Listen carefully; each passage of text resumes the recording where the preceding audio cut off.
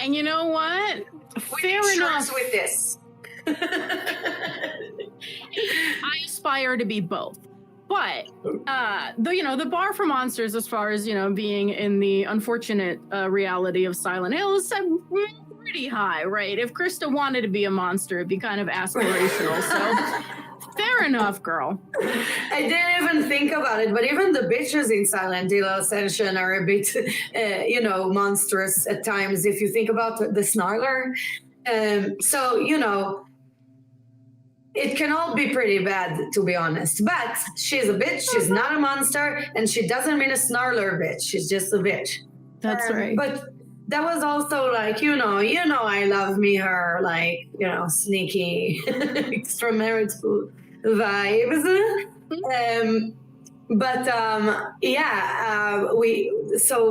We did also have like Rachel and Eric arguing about how to look for Faith.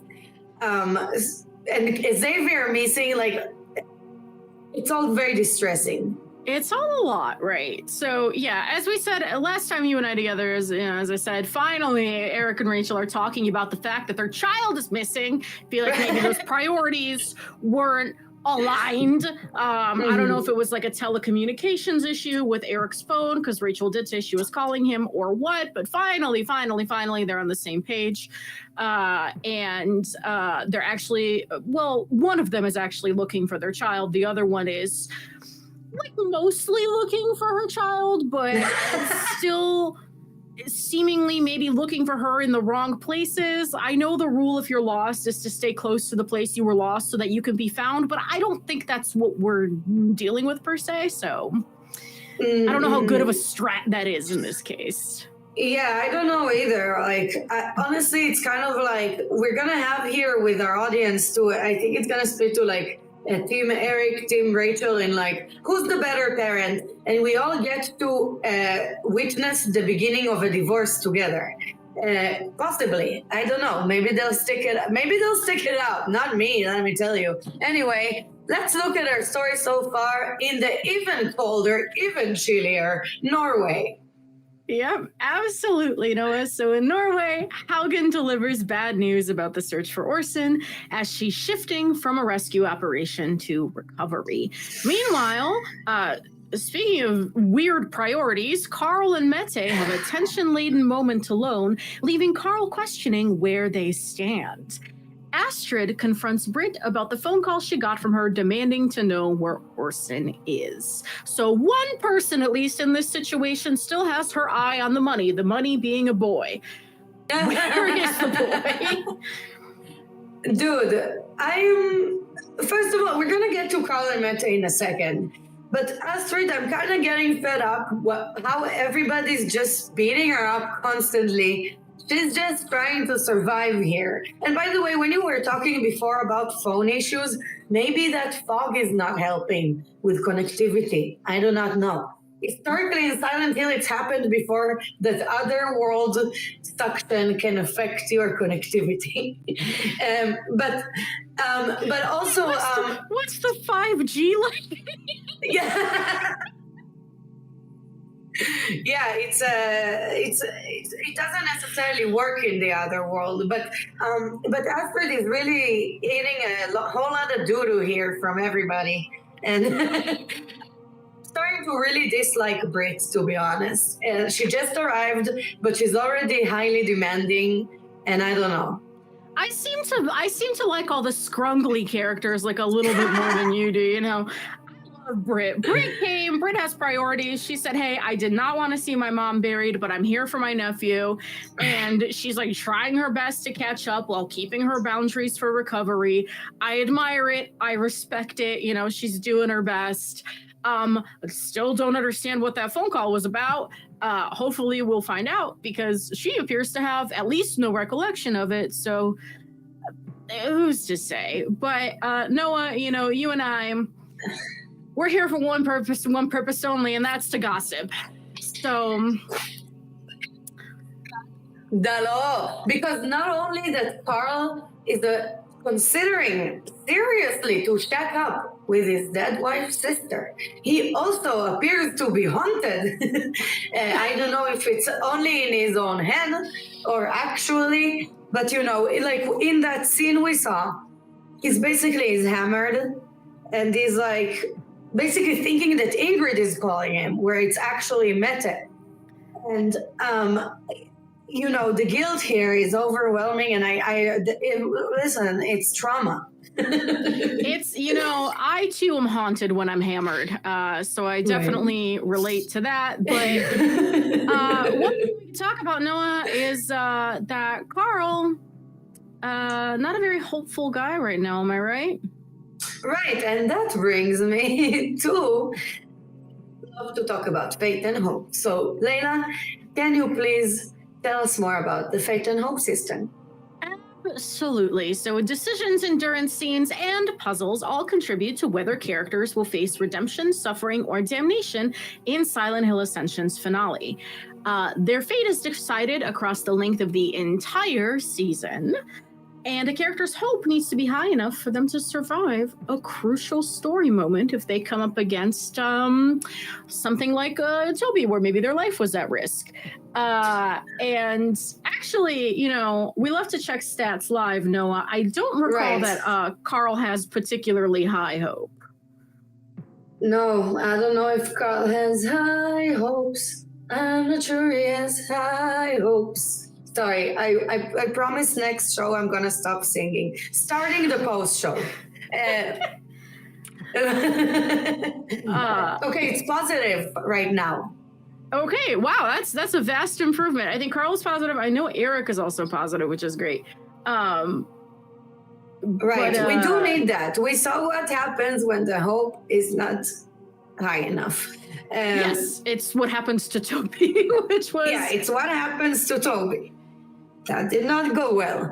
The withering is still going, and we lost a man. The withering is certainly still happening, which is, what the characters are currently struggling with because we got a man down and it didn't seem to stop anything. But yeah, and I think, again, like I said, I think Eric's hope is also in the positive, which is great. And you can, if you like a character and you want to give them the best shot you possibly can at surviving whatever is going to happen to them over the next several weeks.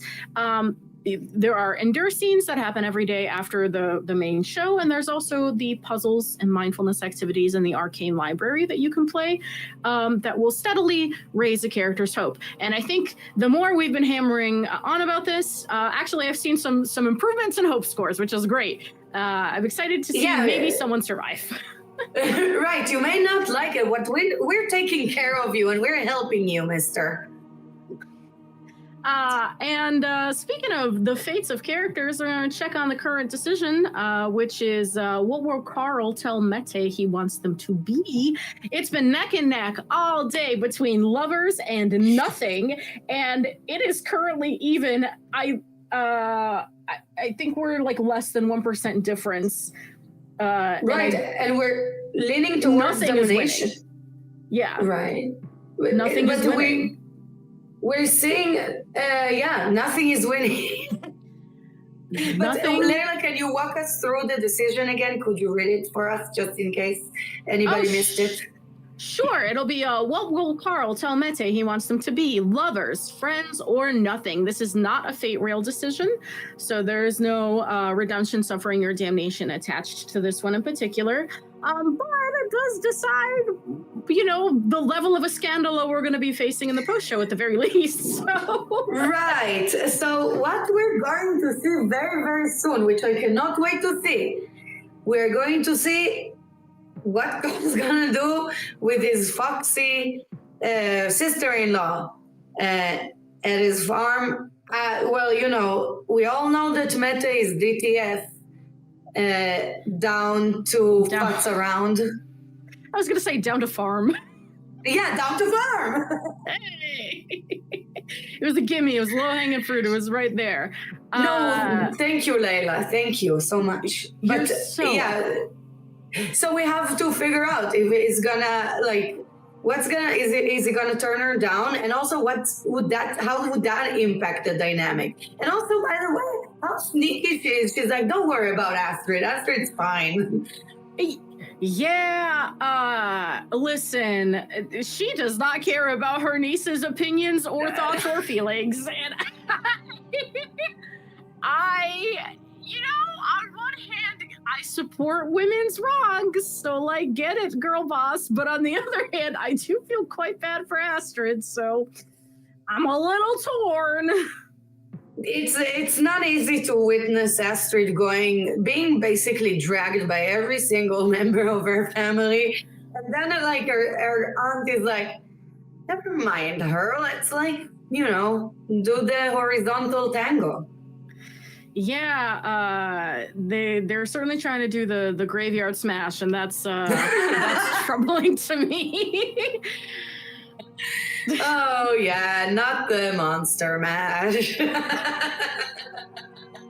But anyways, we do have also an interview to show you that I had the big pleasure to do with Agustin Cordes after the show. So stick around for that after the show.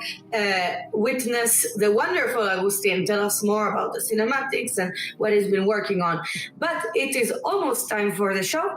So, Leila, could you please walk us through the endurance scene that production will put up for us? Absolutely. So, one of our main story characters will enter an eerie room and advance slowly, only to find one of you, an audience member, dead. A ton of crawlers, insects with a human face, will appear. The only escape is to run up to a door towards freedom. You'll have to help the characters shake off the crawlers, crawl through barbed wire, and get out of there. Inputs will appear on screen for you to react and help the character.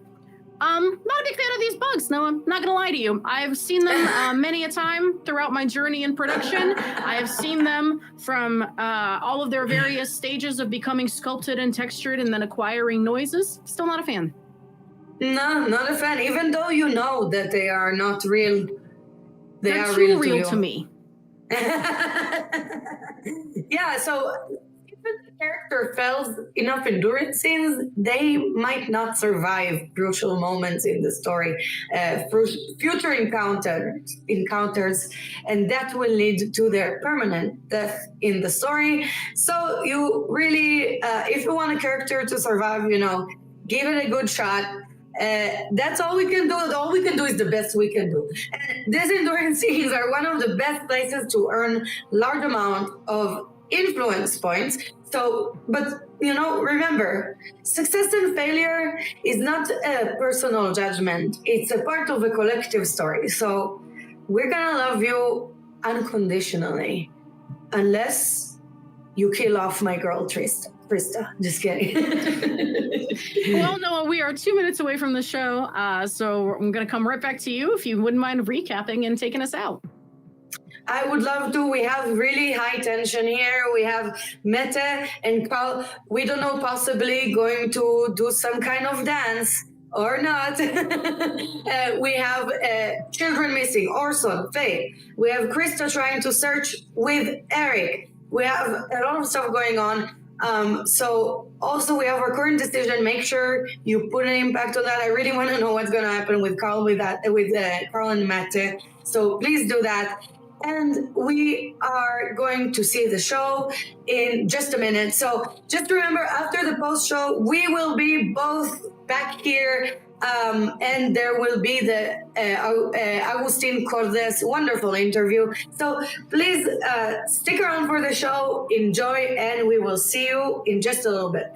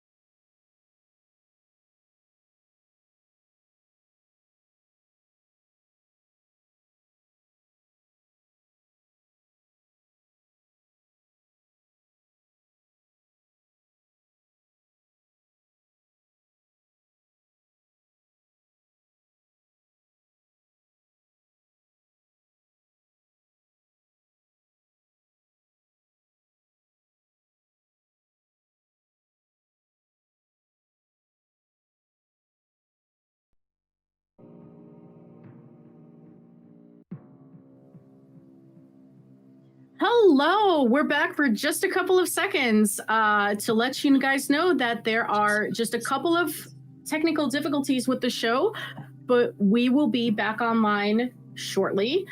So please hang tight, and the show will begin in just a few moments. Thank you so much for your patience, and we'll see you all again after the show.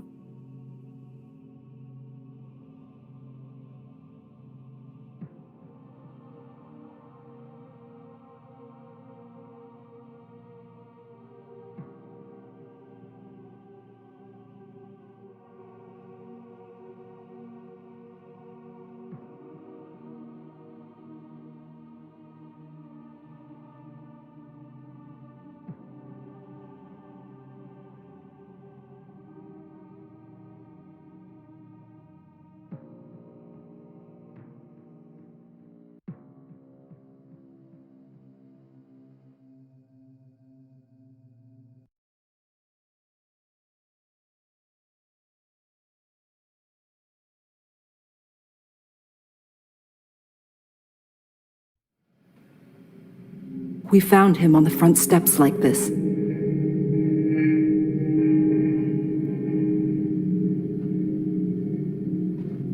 Xavier? Where's Faith? He hasn't said a word since we found him. I'm sorry, Rachel. Faith wasn't with him. No, this isn't happening. You said he was protecting her. I thought he was. I'm so sorry. Rachel, I have to leave town. What? I have to find answers. If there's a way of stopping the withering, I can't do that here. What about Faith? The new leadership will decide if the Foundation will continue to search for her. New leadership? What are you... Xavier had this letter when we found him. I'll leave it with you. Rachel, never lose hope.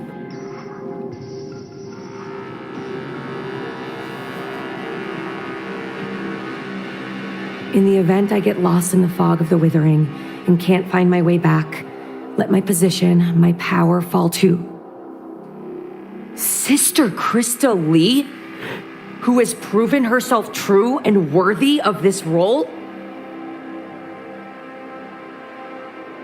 Beware of Sister Rachel Hernandez, whose lust for power blinds her. She cannot be trusted.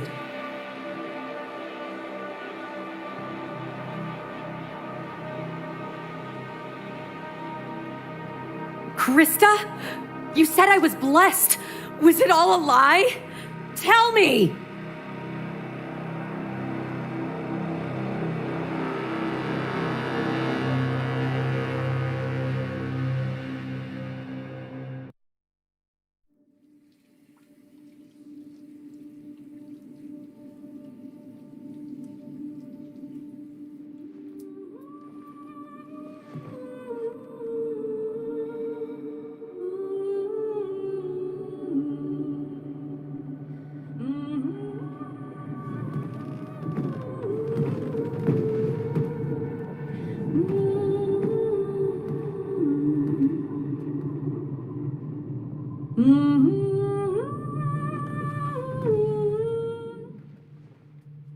There you are.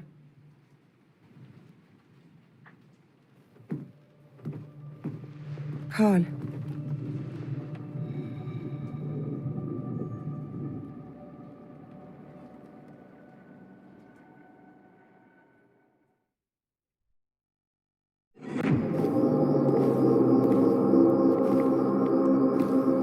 Faith!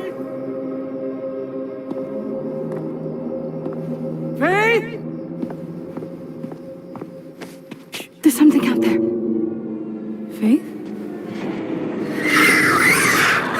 No, no, no!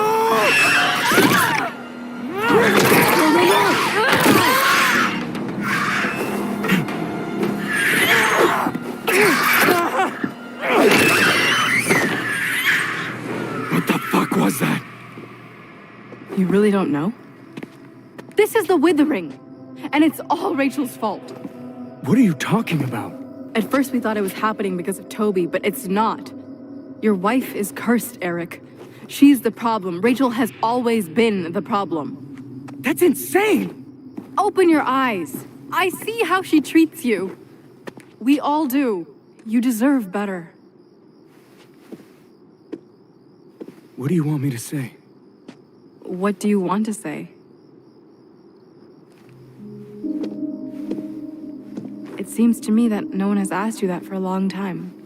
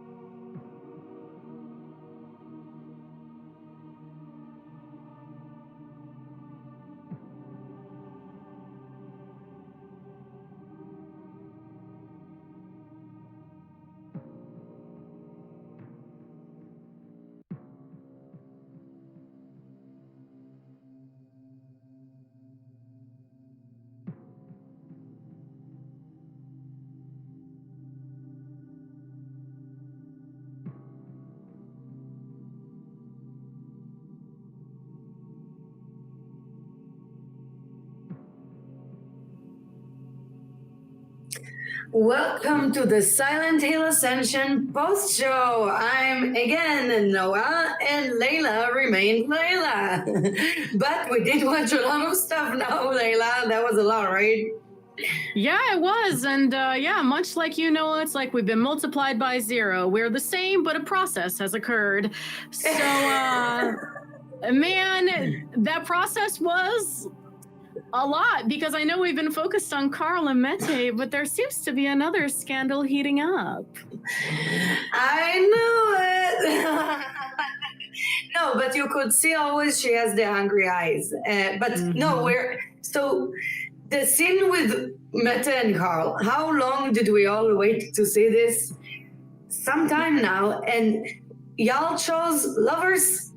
This is very exciting. Y'all didn't just choose lovers. Lovers came in just like at the last second. We literally said, hey, it's neck and neck. And then someone rallied and went for the lovers and it got a 2% advantage. It was honestly very exciting for us to watch. Yeah, we had a love vigilante in the works here today. Somebody really wanted to see them work out their tensions with the dance. With the horizontal dance. Anyways, we do have two budding romances here, possibly. I don't know if Eric's gonna succumb to Krista's wiles. She's I would, but Eric is pretty loyal to Rachel. It seems to me. Yeah, I would say so. Fairly loyal. And Krista, I'm surprised that in terms of wiles, she does seem to have them, right? I feel like there's a fun contrast in Mete, who has been biding her time for at least more years than Astrid has been alive, right? And right. Astrid probably in her late 20s, early 30s. And then there's Krista, who sees your man and then wants to steal your man. And I always make this joke where, for some reason, for somebody who's like very monogamous and very straight-laced, my favorite music is always about cheating and cocaine. So, like, this is giving me that same brain itch where I'm like, yeah, this is exactly what I want to be watching. Infidelity. Right. Dude, who doesn't love... Well, I guess some people don't love infidelity, but don't knock it till you try it. But anyway, we are not encouraging infidelity here. We are not encouraging any of that, but we are encouraging y'all keeping up the hopes of the characters you love. We have hopes up today, right? I know, yeah, we were very pleasantly surprised by the hope meters being in the positive. So, audience, great job. Would also like to remind y'all that failing things like puzzles and the endure streams will also bring a character's hope down. This is a community effort, and it could be a community antagonizing also. So, we want to keep it fresh here on Silent Hill Ascension. We are impartial arbitrators of the show. So just something to think about if you're more negatively inclined, I suppose. Right. But yeah. If you really don't want somebody to get there, you can always fail them puzzles. But we are also, it's about time to talk about my favorite thing, my favorite facial haired thing sometimes, cameos. So, production, can you please show us the cameo graphic? Thank you very much. Layla, will you walk us through it, please? I will, Noah. So you can be the extra in Silent Hill Ascension. You can take part in cameo contests regularly. Cameo contests are entered with influence points. Now, Noah, would you mind telling us what I mean by cameo contests? Oh, I sure wanna. So, one important aspect of Silent Hill Ascension, as we said, is our cameo contest, which we all know and love the cameo system. So you as an audience member can be a part of Silent Hill canon forever. So each day you and other audience members can enter a cameo contest to have part in the series, and you can enter those with the influence points you've earned with the endurance scenes and the puzzles and watching the streams. So make sure to take part of that. It's really fun. You can be part of Silent Hill canon forever with your beautiful, beautiful avatar, which we are loving to see your fashion choices and immensely enjoying here on the back end. So now I want to take you back to shortly ago when I had the chance to interview Agustin Cordes, our cinematics director for Silent Hill Ascension and director at Senscape. I hope you enjoy this interview just as much as I was enjoying doing it. Production, please roll that. Hello, I'm Noah, and I'm here joined by the wonderful, very handsome, and very talented Agustin Cordes. Hi, Agustin. Thanks for being here with us. Hi, Noah. No, thank you for having me. And well, thank you for the lovely introduction. I'm very happy to be in the show, having a conversation with you. So yeah, okay. Thank you again. Yeah, no, thank you very much. So can you explain what's your role here in Silent Hill Ascension? Sure. Okay. Well, I'm director at Senscape. It's a company comprised with a wonderful team that's also working with me in the project, the cinematics. And particularly, I'm the cinematic director. So I talk to a lot of people every day, take a look at many videos every day, and ensuring, the visual language in all the content we are bringing to the wonderful community has a consistent visual language. I take care also with the team of the mood, the lighting. I love working, in the general atmosphere, and also some, technical considerations we have to ensure to take care of, to ensure that, all this content gets done by meeting deadlines, which is another thing I must, it's on my plate, an important one too.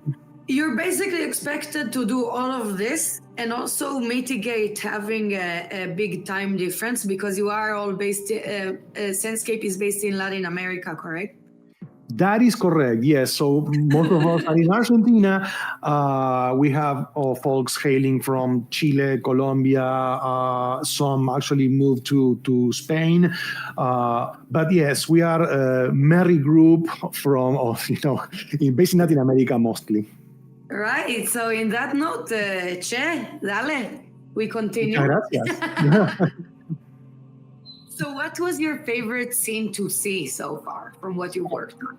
Okay, yeah, I have a favorite one. So one of the early ones, when Toby is in the forest and he meets the Illusion Joy for the first time, I really enjoy how that scene came to be. It was very, organic. We had great feedback from Martin, Shaolin, which were also interviewed in the show, and from the team. We how it all came together with the atmosphere and the choreography. How Joy walks towards Toby, he falls down. They have there is a tension between them that worked very well in that scene. It's definitely my favorite one.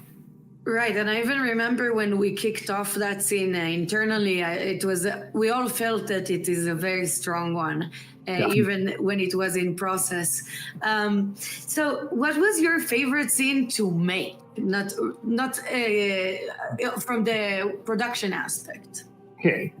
Well, yes, incidentally, it's another scene featuring Toby, which I must confess, he is my favorite character. And I have Slack messages to prove this. I have been saying this for a long time now. Rest in peace, Toby. Poor Toby, yes. So this scene was aired the first day, and it's in the bar when Eric meets Toby. So in this scene, we were beginning to discover the Toby character, and we weren't quite, happy with the first incarnation of his lines, his voice.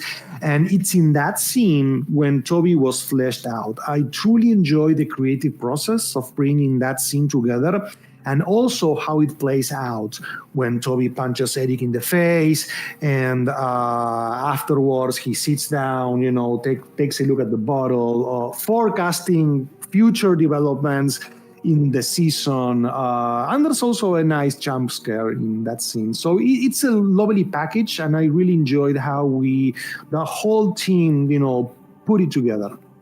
Right, so you have in one scene, you have the Shakespearean gun in the first act that will appear later. You have a jump scare, and you have physical violence, which, unlike in real life, is very difficult to achieve in animations. You got that punched right, and that's a lot. Exactly. You have to match both animations, and Eric's face is in the position of the fist when it, collides with the face. So yeah, it is a challenge. Well, great job on that. And relating to violence, you are, like me, a big fan of horror, and you even won an award for it. So can we talk a little bit about what you got into, what got you into horror? Okay, yeah, I could spend a long time talking about it. So I began consuming horror at a very young age. My first, interaction with the genre was with Lovecraft. I became, obsessed with his writings. I really, really enjoy his, style and mood. And also, that's when it comes to reading. Also, when it comes to images, my mother would allow me, would take me to the VHS store and allow me to rent whatever I wanted. Well, sans the really really hardcore stuff. She didn't check a lot what I was renting, and the first movie that I remember made a huge impact on me and marked my the rest of my life was The House by the Cemetery by Lucio Fulci. I love that movie so much, which also gave birth to my love of basements too. So yeah, that's pretty much how I became in touch with the genre. Besides the usual, I love Hammer films, I love Carpenter, Cronenberg, Sam Raimi. Yeah. You love all my figurative parents here that you mentioned. I adore, and we are working on a horror show here. So that's a really beautiful chance to. It's like I personally feel like it's the culmination of my life as a horror fan. I get to actually work in a project like this, right? It absolutely is. I really enjoy this medium. As I was telling. Silent Hill has influenced me a lot. I played the whole franchise from the moment it was born. It influenced some of the games I had done in the past, and it is quite a honor for me to be involved here and giving birth to these characters, the scenes, along with Gembit and Senscape, but Robot, Behavior, everyone. It's a wonderful team. So yeah, I can tell you I really enjoy what I'm doing here. And we so enjoy having you here too. So how do you compose a cinematic scene? Well, here's the thing. It feels like a TV show, but behind the scenes, we're actually using a game engine, Unreal, to produce all this content. So, basically, consider you have a 3D environment and you put 3D humans, the metahumans in this environment, virtual cameras, lighting, and you put things in motion, right? Which is not unlike to how video games are made. It's a game engine after all. So there's a lot in common with video game development with what we are doing here. A lot of the challenges developers, find in video games, we have them here too. Right, but the beauty of it is we are kind of marrying this video game technology and introducing it into our show that is a serious interactive series that we all influence together, but it is a series, so it's really cool to see you utilize the technology for this. Indeed, yes, it is. Yeah, so Agustin, I'm extremely devastated, but our time here is about to reach the end. You are a very busy man, and you do a lot for us here at Silent Hill Ascension, so thank you so much for your time with us. And I do understand that you have a little bit of a holiday surprise for us. I do, yes. We prepared a clip for the community, considering, as I mentioned, Toby is my favorite character in the show. I was really sad to see him go, but I feel he left with a bang. And there's more Toby for you. Right now we have a little surprise, so hope you enjoy it. So please enjoy the scene, and thank you so much, Agustin. Enjoy the scene. See you later.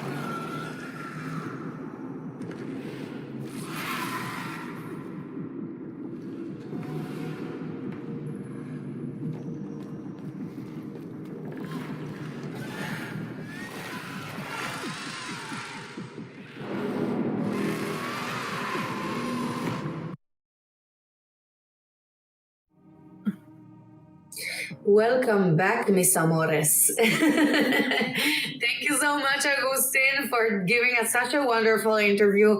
Leila, could you Was there anything that really, did you like anything about it in particular? Well, I mean, a couple of things, right? So one, I'm always reminded about the just international nature of this project, right? He pointed out that a lot of his team is in Latin America and we're based in the States. So that, and then also just honestly, I've been working with Augustine since he onboarded onto this project, and I am filled with like ennui about the fact that I don't get to see him as often as I used to around the project, just because my role has changed a little and I miss him. Augustine's a wonderful and extremely, extremely hardworking person, and I love his team. So I am just a little nostalgic that my production buddy is missing. So, but you know, you want to chat to us about the scene, Noah? Yes. So the scene with Toby that we saw, that was only one of several branches that exist. So all of these branches had distinct outcomes. As a special surprise for you, the audience, we will show you a second scene featuring Toby. Production, can you please show us that? I can't go where you're going. I know. And I'm sorry. I'm sorry I couldn't save you. Save this place. Save yourself, Toby. Hope you enjoyed that. Again, rest in power, Toby, the martyr. Emphasis on hope. Am I right, Noah? Because now y'all see, could have made it out. His hope was too low. He totally could have fled town and started a whole new life. And I like to imagine this for Toby. I like to imagine him growing a mustache and, fleeing the border, right? Absolutely. Maybe fleeing, the Pennsylvania border onto one of the many other northeastern states. Who knows? Maybe he has a beautiful life, getting maple syrup in Vermont. Who's to say? Who's to say? But, all these branches, all the things we're seeing here are made possible thanks to our partners. So our partners help make Silent Hill Ascension what it is. So we want to give you a special shout out to Doja Cat. Yes, the Doja Cat, for showing our trailer for Silent Hill Ascension on Halloween launch day and throughout the concert tour as well. A special shout out to the team at Love Music Global and their CEO, Mike Mirza, who helped make this possible. So we'll show you just what that looked like at the concert. So production, please show us the trailer.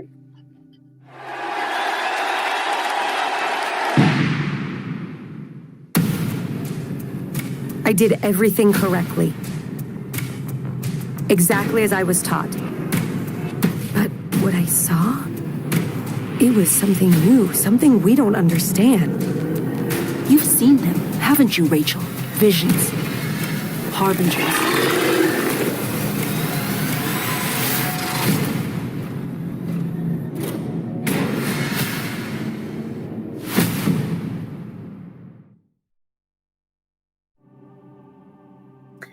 And welcome back. I hope y'all enjoyed that as much as we did. And now I will say, when I found out that Doja Cat was going to be showing our trailer on tour, I posted a bunch of Doja Cat lyric puns in our internal chat and nobody appreciated them. So I hope that somebody here in the audience will hear me say what I'm about to say and will at least catch a couple of them. So I want to say thank you to the lady who's from the West Side like Maria, who bent the whole world over and said, thank you very much. For me personally, she has helped me through many difficult sets at the gym, through a whole lot of cardio. So I want to say thank you on a personal level. And to see our trailer on that big of a screen was a fantasy that played for us in real life ways. And we're more than happy to take this news to our parents and to Perry. So from someone who was also so much fun without Hennessy, thank you. And I hope you've been having a great tour. And if I may, moo. Bless you, Layla. Thank you so much, Doja Cat and Love Music Global. We appreciate and love you. So back to our decision here. We did have a decision opening today. Production, can you please show that for us? the decision that opened today is how will Eric respond to Krista? And this is a fate decision, unlike the Escandalo lover's decision. So option A is the redemption option. I do deserve better. B, the suffering option is I love my wife. And C, the domination option is mind your own business. So, you know what I want him to do. I want him to redemption it. I was going to say, you want him to engage in infidelity, a pattern you and I will be discussing up there. No. Being a bad influence on our audience. But yeah, listen, we got this Krista face turn, as it were, is very interesting to me because, again, I love a girl boss. And she has been telling Rachel to her face that she's maybe like not great. So now to see her approaching Eric in what seems like earnestness is kind of exciting for both us and Eric, right? Because as she said, it doesn't seem like anybody really asks him what he wants all that often. Right. And we did see also, like, all this time we were thinking Rachel is special. She's blessed. She was thinking Xavier. And that's why Krista was also a little bit salty there, All of a sudden, everything turned. Toby's death didn't stop the withering, so now it's all Rachel's fault. And Krista is also like, Rachel's curse, And Krista also inherits the foundation from Xavier, basically, to run the foundation. So Rachel is really getting something served up for her, and I don't know if she likes the taste of it. No, she's getting the short end of the stick here. And listen, does she deserve it? I don't know, because the severity of the situation might not be, how do I put this? Her being a little bit rude and a little bit sassy and joining a cult that she thinks is a pyramid-shaped self-improvement scheme is not like a great series of decisions, but is it deserving of the treatment that she's getting, monsters included? Well, that's kind of up to the audience to decide. Does Eric, does he deserve a happier ending? Also up to the audience to decide. We're here for one reason only, and that is the scandalo of it all. Because man looks tempted. We have our fanzine going here, I know. The fans make occasional but very important appearances as punctuation.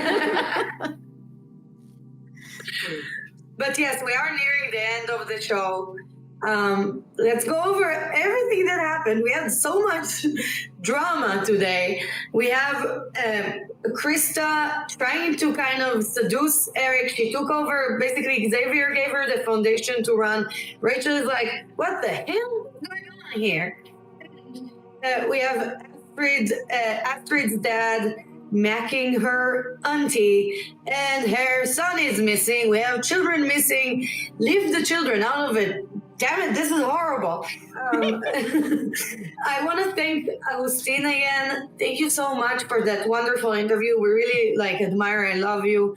And your voice, by the way, is extremely soothing and could make cats purr. Also, stick around the app. We have the puzzles. As Layla said, hope is very, very important here. Should you want somebody to survive?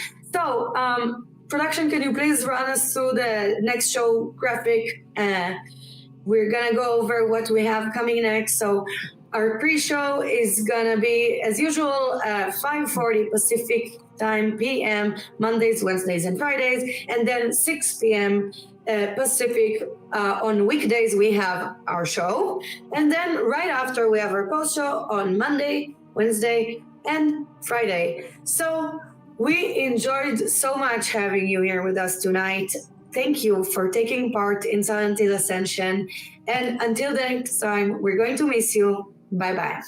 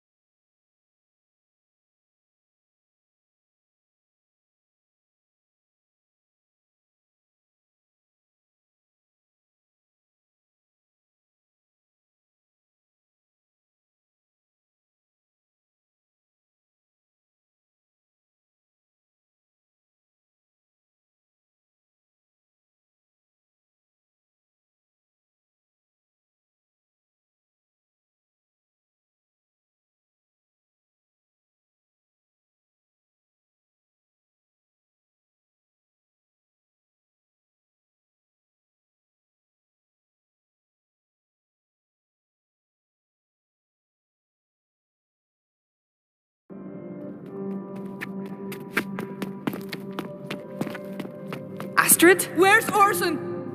What are you doing here? I know you think I did something to Orson, but it's not true. What are you talking about? You called. You said I didn't call you. But right now, I'm really worried you did something to him.